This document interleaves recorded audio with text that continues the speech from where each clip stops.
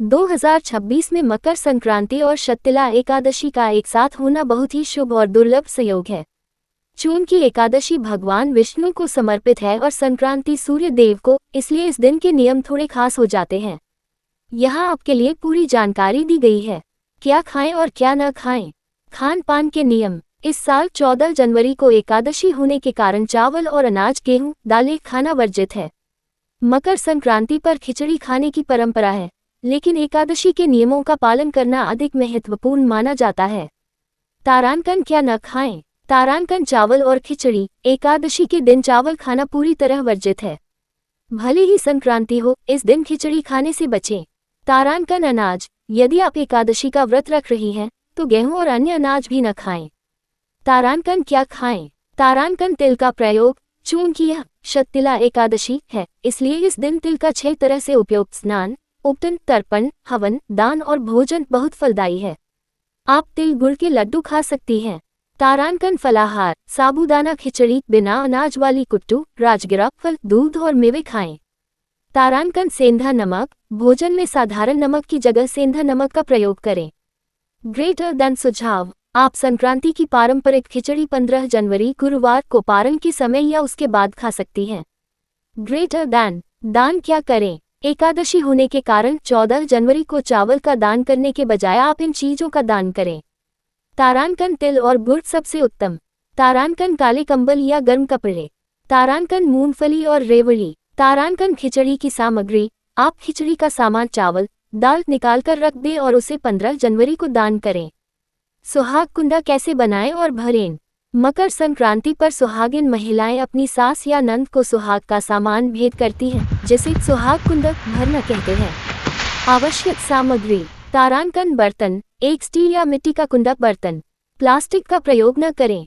तारांकन सुहाग सामग्री। रोली, मूली, मेहंदी, बिंदी, काजल, सिंदूर, शीशा, कंघी, रबर बैंड या क्लचर। तारांकन वस्त्र। एक लाल ब्लाउज पीस या साड़ी। तारांकन आभूषण। बिछिया चांदी के या सामान्य और चूड़ियां। तारांकन मिठाई व दक्षिणा। तिल गुड़ के लड्डू, घेवर या कोई अन्य मिठाई और सामर्थ्य अनुसार कुछ रुपए। बनाने की विधि। तारांकन सबसे पहले कुंडे बर्तन पर रोली से सथियात स्वास्तिक बनाएं और तिलक करें।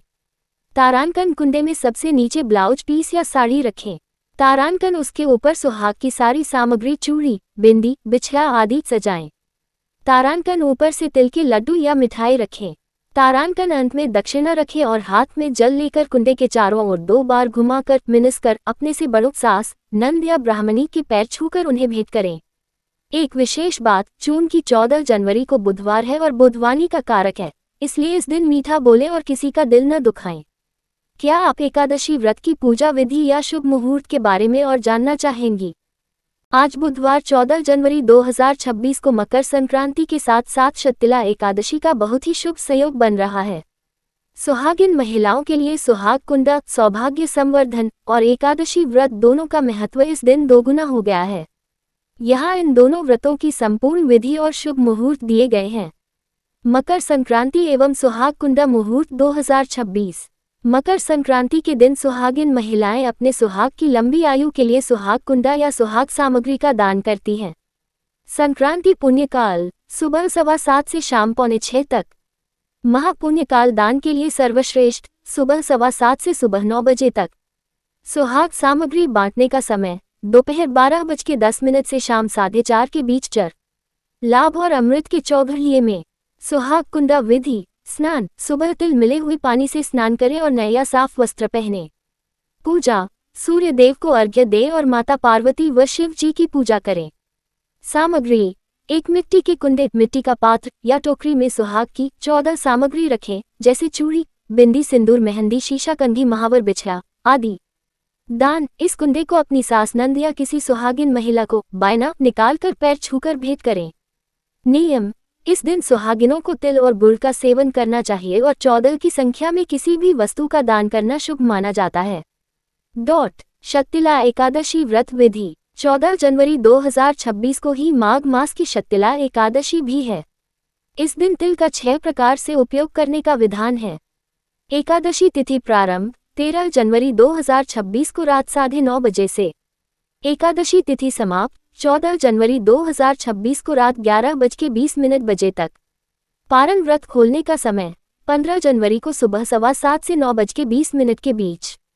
एकादशी व्रत विधि। संकल्प। सुबह हाथ में जल और तिल लेकर भगवान विष्णु के सामने व्रत का संकल्प लें। शक्तिला का महत्व। इस दिन तिल का 6 तरह से प्रयोग करें। तिल स्नान। पानी में तिल डालकर तिल का उपटन लगाना, तिल का हवन, तिल का तर्पण, तिल का दान, तिल का सेवन फलाहार में। पूजा। भगवान विष्णु की मूर्ति को तिल और गंगाजल से स्नान कराएं। उन्हें पीले पुष्प, धूप और तिल का भोग लगाएं। रात्रि जागरण। एकादशी की रात को जागरण करना और विष्णु सहस्रनाम का पाठ करना अत्यंत फलदायी होता है। दान की विशेष वस्तुएं 2026 के अनुसार। चूंकि इस दिन बुधवार है और मकर संक्रांति भी है, इसलिए निम्नलिखित वस्तुओं का दान विशेष फल देगा। तिल और गुड़ के लड्डू शनि और सूर्य के दोष दूर करने के लिए। हरे मूंग की दाल की खिचड़ी बुधवार होने के कारण।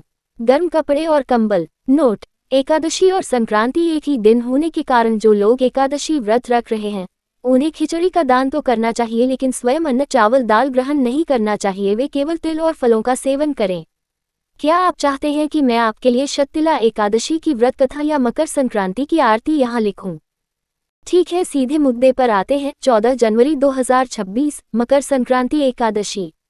ये कॉम्बो होता है और पुरानी परंपराओं में इसे बड़ा शुभ माना गया है। पुराने लोग यूं ही नहीं कहते थे, जब सूर्य भी धर्म के पक्ष में हो तब किया गया व्रत कई गुना फल देता है। चलो, कथा और आरती दोनों साफ सुथरे पूरे भाव के साथ। मकर संक्रांति एकादशी की कथा बहुत पुराने समय की बात है। एक राज्य में सूर्यवंशी राजा माधाता राज्य करते थे। राज्य सुखी था, पर एक बार भयंकर अकाल पड़ा। न वर्षा, न अन्न, न शांति। राजा ने ऋषि मुनियों से उपाय पूछा। तब महर्षि वशिष्ठ ने कहा, हे राजन, मकर संक्रांति के दिन यदि एकादशी का व्रत श्रद्धा से किया जाए और भगवान विष्णु का पूजन हो तो सूर्यदेव और विष्णु दोनों की कृपा प्राप्त होती है।